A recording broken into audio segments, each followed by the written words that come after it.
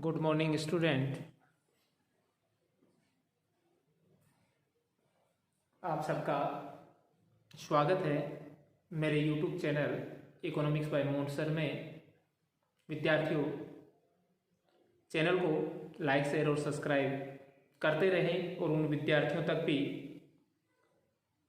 Channel को पहुंचाएं, videos पहुंचाएं जिनको इनकी आवश्यकता है।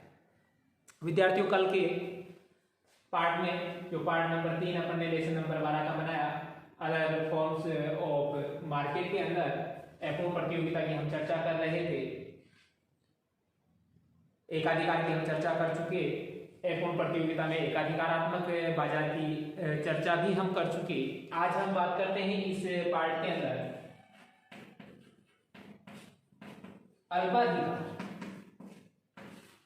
विद्यार्थियों, शब्द से ही प्रतीत होता है कि अल्प अधिकार अर्थात वह स्थिति बाजार की जिसके अंदर बहुत कम लोगों का अधिकार होता है उसको हम अल्पाधिकार कहते हैं। अर्थात बाजार की वह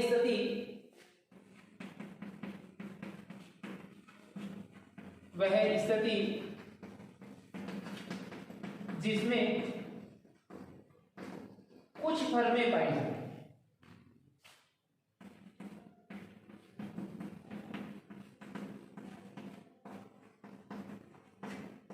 अल्पाधिकार क्या है?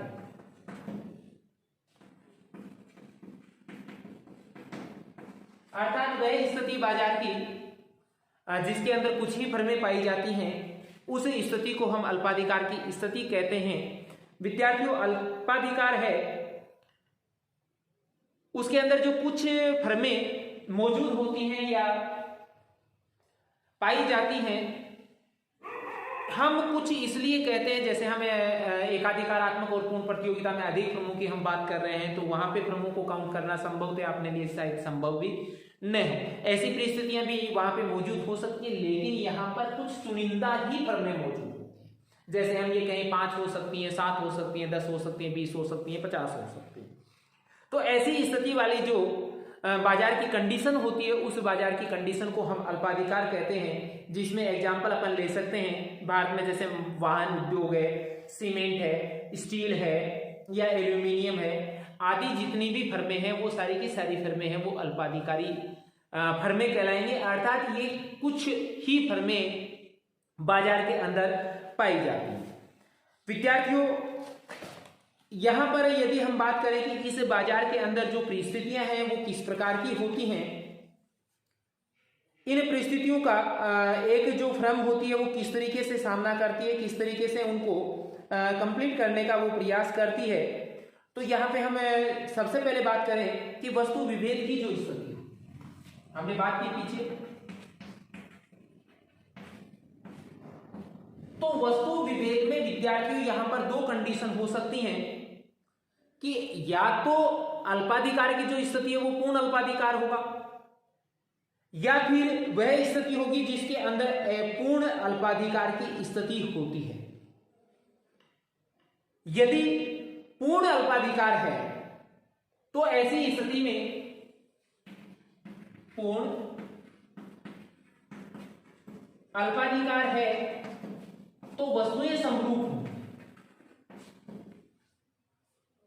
अर्थात जो भी, क्योंकि इस बाजार की एक खास विशेषता है कि इस बाजार के अंदर वस्तु समरूप भी हो सकती है और विभेदीकृत भी हो सकती है। यदि अल्पाधिकारी पूर्ण है, पूर्ण अल्पाधिकार की जो स्थिति है, तो ऐसी स्थिति के अंदर समरूप वस्तुएं हैं उनका उत्पादन किया जाता है, जबकि अपूर्ण अल्पाधिकार है। दूसरी स्थिति इसकी हो सकती है अपूर्ण अल्पाधिकार की स्थिति है तो यहां पर वस्तु विभेद होगा। यदि पूर्ण अल्पाधिकार है तो वस्तुएं समरूप होंगी, जबकि अपूर्ण अल्पाधिकार की स्थिति हुई तो वस्तु विभेद पाया जाएगा। यदि सहमति की बात की जाए तो सभी फर्में यदि मिलकर कीमत का निर्धारण करेंगे,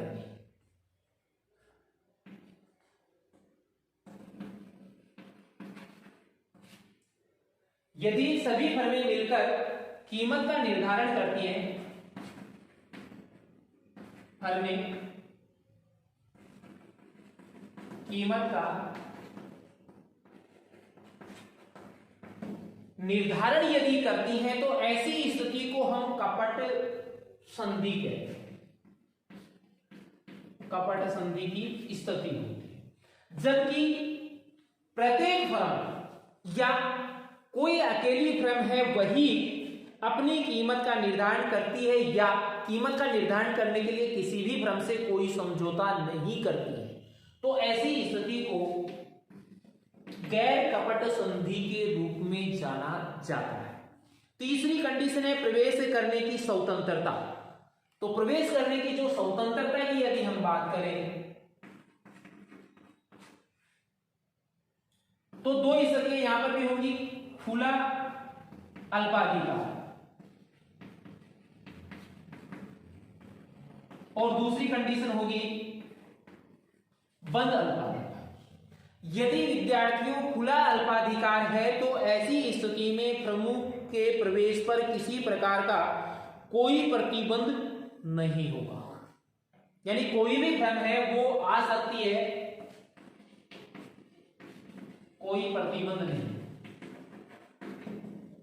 कोई भी फर्म आ सकती है, कोई भी फर्म जा सकती है, किसी प्रकार का कोई प्रतिबंध नहीं है। लेकिन बंद अल्पाधिकार की यदि स्थिति है तो ऐसी स्थिति के अंदर फर्मों के प्रवेश पर प्रतिबंध होगा और सामान्य परिस्थिति के अंदर कोई भी फर्म है वो न तो अंदर आ सकती है और न ही बाहर जा सकती है। इसके बाद समन्वय की यदि हम स्थिति कहें तो दो प्रकार की समन्वय की स्थितियां हो सकती हैं, व्यवसायिक संघ अल्पाधिकार और संगठित अल्पाधिकार। समन्वय की बात करें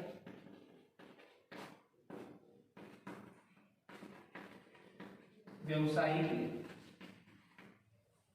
अल्पाधिकार, संघ अल्पाधिकार, संघ अल्पाधिकार और दूसरी कंडीशन है विद्यार्थियों इसके अंदर संगठित अल्पाधिकार।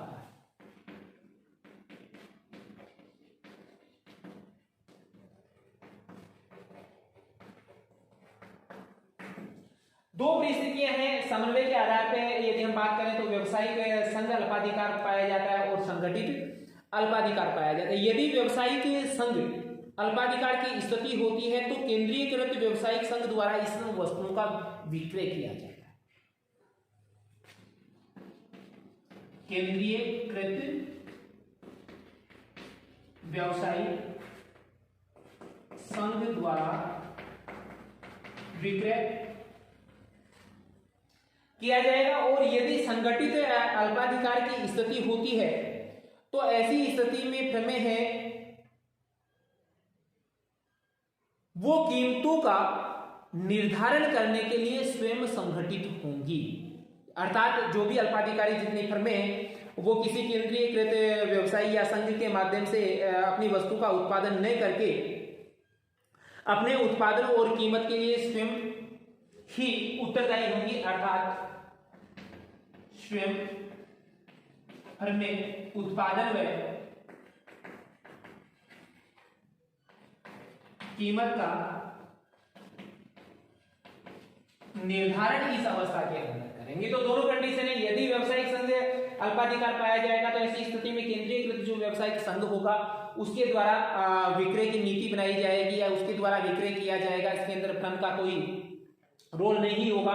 किंतु यदि संगठित अल्पाधिकार होता है तो उसके अंदर जो भी फर्में होती हैं वो सब फर्में मिलकर हैं वो उत्पादन और कीमत का निर्धारण है वो करती है। इसके बाद है विद्यार्थियों कीमत नेतृत्व की स्थिति, क्योंकि इस बाजार की सबसे महत्वपूर्ण स्थिति है कीमत नेतृत्व की स्थिति। तो ये नेतृत्व की स्थिति है वो भी दो प्रकार से हो सकती है, आंशिक अल्पाधिकार और पूर्ण अल्पाधिकार। आंशिक अल्पाधिकार और दूसरा इसमें पूर्ण अल्पाधिकार। यदि विद्यार्थियों आंशिक अल्पाधिकार होता है तो ऐसी स्थिति के अंदर कीमत नेतृत्व करता कोई एक फर्म होती है, क्योंकि यहां पे जो फर्म है वो किसी एक बड़ी फर्म के द्वारा किया जाएगा। जो भी उस समूह के अंदर फर्में हैं जितनी भी, जैसे 10 फर्में हैं और उन 10 फर्मों में से एक फर्म है उसका आकार बहुत बड़ा है, बहुत बड़ा है, तो ऐसी स्थिति के अंदर जो 9 फर्में और शेष बचती हैं उन फर्मों का कुल पूर्ति में योगदान बहुत अधिक नहीं है, और योगदान अधिक नहीं होने के कारण ये फर्म कीमत का नेतृत्व नहीं करके बड़ी फर्म है वो कीमत का नेतृत्व करेगी।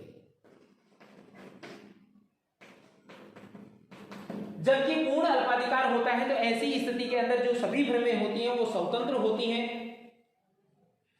और वो एक दूसरे की जो कीमत निर्धारण की स्थिति होती है उससे प्रभावित होती हैं। इसलिए इस अवस्था में आप कह सकते हो कि सभी फर्मों की कीमतें एक दूसरे से प्रभावित। तो ये स्थिति उस समय होगी जब पूर्ण अल्पाधिकार होगा, अर्थात सभी फर्मों का योगदान उसके अंदर है। या यूं कहें कि सभी फर्में हैं वो थोड़ा थोड़ा करके ही उत्पादन कर रहे हैं, कोई भी बड़ी फर्म वहां पे मौजूद नहीं है। जबकि बड़ी फर्म जहां पे मौजूद होगी वहां पे आंशिक अल्पाधिकार ही होगा, क्योंकि छोटी फर्मों के द्वारा कीमत का निर्धारण कर पाना संभव नहीं होता, अर्थात वहां पे बड़ी जो फर्म होती है उसी के द्वारा कीमत निर्धारण किया जाता है। चूंकि इस बाजार के अंदर जो छोटी फर्में हैं वो संगठित होना ही लाभप्रद समझेंगी,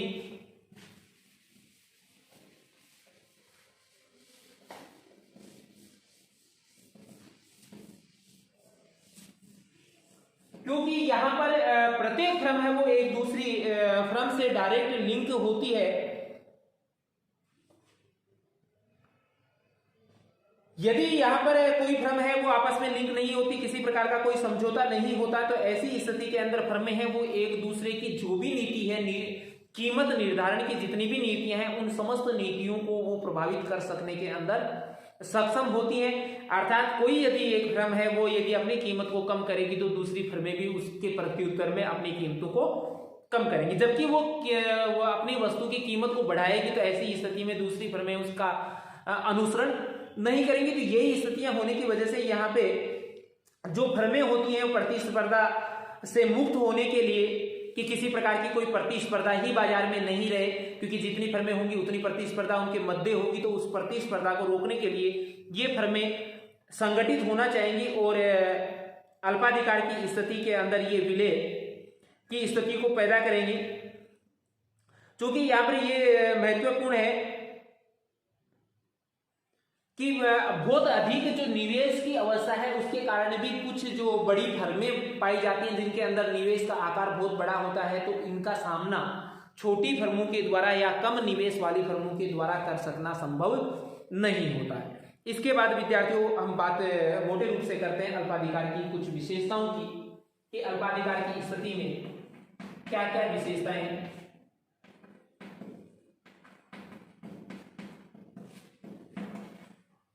जिसमें सबसे पहली विशेषता की हम बात करें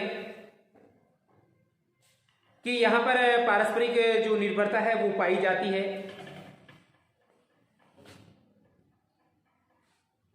या यूं कहें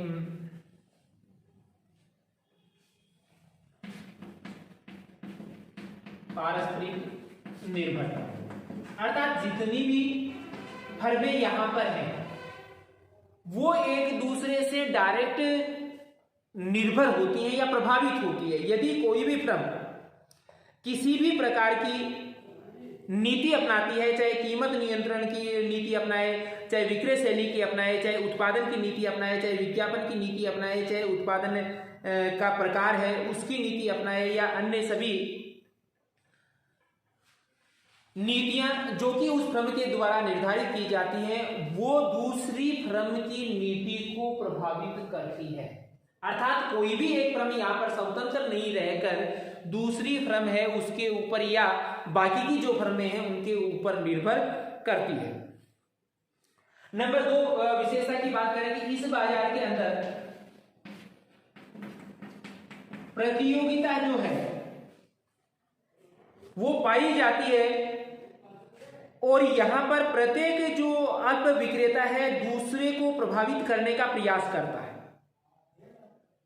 और प्रत्येक फर्म है वो दूसरी जो प्रतिद्वंदी फर्म है, कोई भी फर्म उन फर्मों की प्रत्येक नीति पर निगरानी रखता है कि जैसे उनके द्वारा यदि किसी प्रकार की नीति के अंदर परिवर्तन किया जाता है तो तुरंत वह फर्म भी उस नीति का अनुसरण करती है। ऐसी स्थिति के अंदर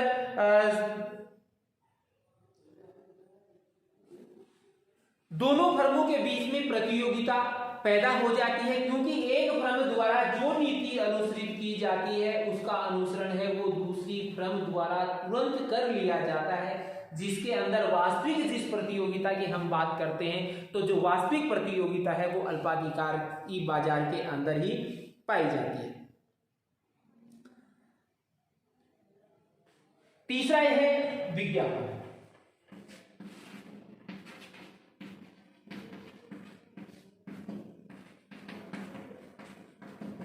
यदि प्रोफेसर बामेल की बात करें तो प्रोफेसर बामेल ने कहा है कि विज्ञापन इस बाजार की मृत्यु और जीवन का एक महत्वपूर्ण अंग है। अर्थात यहां पर कोई भी फर्म है वो बगैर विज्ञापन के अपने उत्पाद को बेचने में समर्थ नहीं होती, क्योंकि यहां पर दो प्रकार की स्थितियां होती है, या तो वस्तु समरूप होती है या वस्तु विभेदीकृत होती है।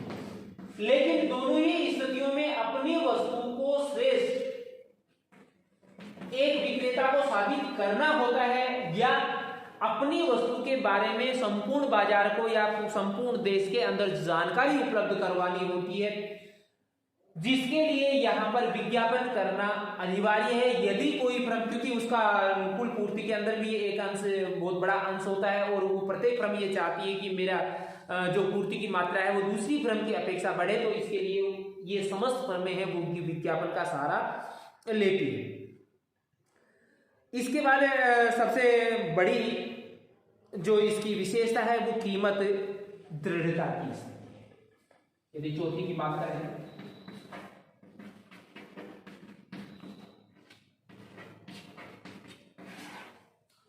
विद्यार्थियों, कीमत दृढ़ता का संबंध उस स्थिति से है कि इस बाजार के अंदर कीमतों में किसी प्रकार का कोई बदलाव नहीं होता, अर्थात वो कीमतें स्थिर ही रहती हैं। क्यों रहती हैं? इसके पीछे कारण ये है कि यदि कोई उत्पादक यहां चाहता है कि मैं कम कीमत करके अतिरिक्त इकाई बेच लूं, तो जैसे ही वो कीमत को कम करेगा तो दूसरी फर्में हैं उसकी कीमत कम करने का अनुसरण करेंगी और वो भी अपनी कीमत को घटा देंगी। क्योंकि एक उत्पादक कीमत इसलिए कम कर रहा था कि वो चाह रहा था कि मैं कीमत कम करूंगा तो मेरी बिकने वाली मात्राएं बढ़ेंगी और मात्राएं बढ़ने के कारण मेरा टोटल रेवेन्यू बढ़ जाएगा, जिससे मुझे प्रॉफिट अधिक होगा। किंतु जितना उत्पादन की मात्रा वो बेचने के लिए तैयार हो रहा था उस कीमत पर, उतनी मात्रा इसलिए नहीं बिकेगी कि दूसरी फर्में हैं वो भी उसकी कीमत का अनुसरण करके अपनी कीमत को कम कर देंगी, और जैसे ही वो कीमत को कम करेंगी तो उनकी मात्राएं भी बढ़ेंगी, और जितनी मात्रा उस उत्पादक की बढ़नी थी उतनी मात्रा उस उत्पादक की नहीं बढ़ेगी, जिसके कारण कोई भी उत्पादक अल्पाधिकार की स्थिति में कीमतों को कम करने का प्रयास नहीं करता। किंतु ये यदि उत्पादक अपनी कीमत को बढ़ाता है तो ऐसी स्थिति में दूसरी फर्में इसका अनुसरण नहीं करेंगी, और दूसरी फर्में अनुसरण नहीं करेंगी तो ऐसी स्थिति के अंदर ये कीमत को बढ़ाने से इसको नुकसान होगा, जिसको कोई भी उत्पादक प्राप्त करना नहीं चाहेगा, क्योंकि इस बाजार की स्थिति में विकुचित मांग वक्र की स्थिति होती है और जिसके अंदर ऊपर का जो भाग होता है वो अधिक लोचदार और नीचे का भाग है वो कम लोचदार होता है, और उसी मांग वक्र का भाग है वो ये प्रत्येक फर्म को उठाना पड़ता है। इसलिए यहां पर कोई भी फर्म न तो कीमत को बढ़ाना चाहती है और न ही कीमत को कम करना चाहती है, अर्थात इस बाजार के अंदर कीमत दृढ़ता की स्थिति है वो पाई जाती है।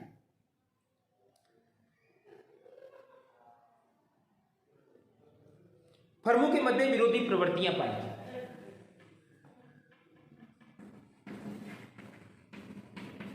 फर्मों में विरोधी प्रवृत्ति पाई जाती। ये विरोधी प्रवृत्तियां इसलिए पाई जाती है विद्यार्थियों कि यहां पर कोई भी फर्म है वो लाभ कमाना चाह रही है और वो अपने लाभ को अधिकतम करने के लिए दूसरी फर्म के लाभ को कम करने का प्रयास करती है, अर्थात वो चाहती है कि उस फर्म से मेरे को मैक्सिमम प्रॉफिट हो। इसलिए सभी फर्मों के मध्य एक युद्ध जैसी स्थिति इस बाजार के अंदर बनी रहेगी। यदि अल्पाधिकार में हम मांग वक्र की बात करें तो विद्यार्थियों, इस बाजार का जो मांग वक्र होता है वो विंकुचित प्रकार का होता है, और विंकुचित होने का कारण है, अर्थात टूटा हुआ मांग वक्र भी इसको कह सकते हैं अपन। तो ये इसलिए होता है इस बाजार के अंदर कि एक फर्म ये चाहती है, क्योंकि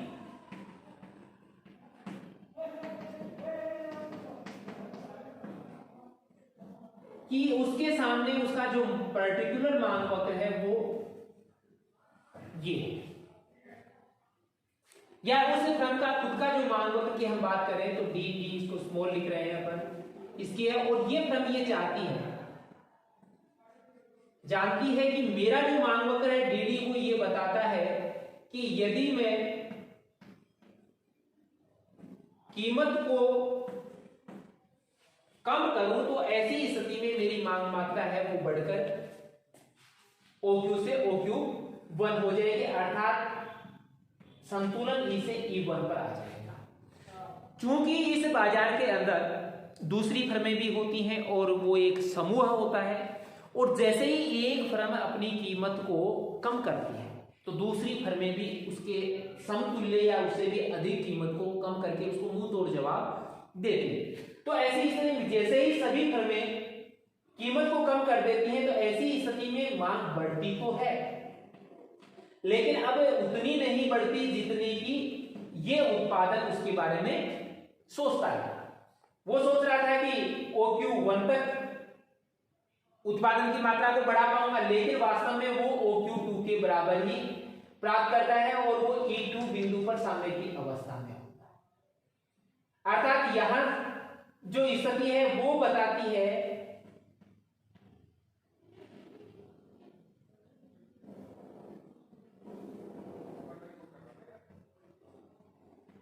कि ये यदि कीमत में कमी होती है तो एक जो फर्म होती है उसकी पूर्ति या उस वस्तु की मांग है वो बाजार मांग वक्र के अनुरूप बदलती है, किंतु जैसे ये कीमत में वृद्धि करेगा तो ऐसी स्थिति के अंदर जो बदलाव है वो बदलाव इसके स्वयं फर्म के मांग वक्र के अकॉर्डिंग होता है। इसीलिए इसका जो इस बिंदु के से ऊपर का जो हिस्सा है वो अधिक लोचदार और इससे नीचे का वक्र है वो कम लोचदार होता है, जिसके बारे में हम पीछे चर्चा भी कर चुके कि इसका ऊपर का लोचदार के बिंदु ये ऊपर डी और नीचे कैपिटल डी में लिख रहा हूं।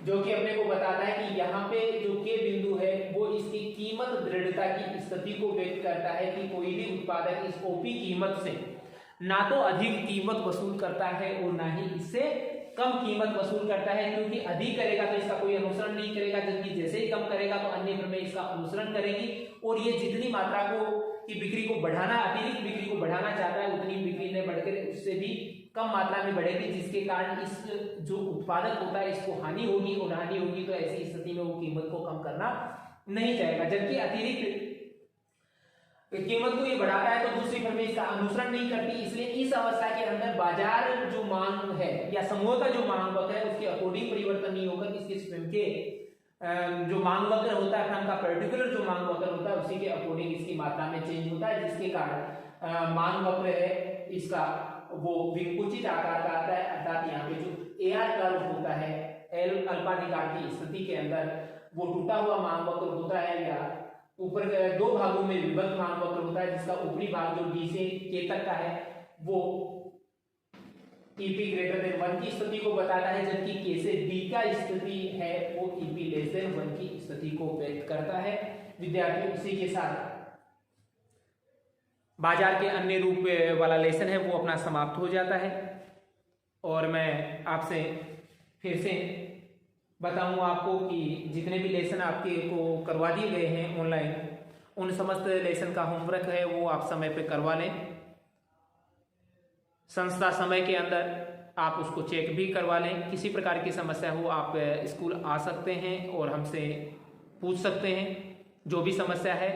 या आप कॉल करके भी पूछ सकते हैं, व्हाट्सएप के माध्यम से भी पूछ सकते हैं, किसी भी सोशल मीडिया के माध्यम से आप अपनी समस्याओं से मुझे अवगत करवा सकते हैं। और इन टॉपिक्स में भी किसी प्रकार की यदि कोई समस्या आती है आपके सामने तो हम पुनः इन समस्याओं के बारे में चर्चा करेंगे। चलते चलते फिर कहूँगा आपको कि कोविड का ख्याल रखेंगे, आप मास्क हमेशा पहनेंगे, सोशल डिस्टेंसिंग अपनाएंगे जिसके तहत 2 व्यक्तियों के बीच 6 फीट की दूरी या 2 गज की दूरी आप बनाए रखेंगे और हाथों को समय समय पर सैनिटाइज करते रहेंगे। तब तक के लिए धन्यवाद। अपने चैनल को लाइक और शेयर सब्सक्राइब करते रहें। धन्यवाद।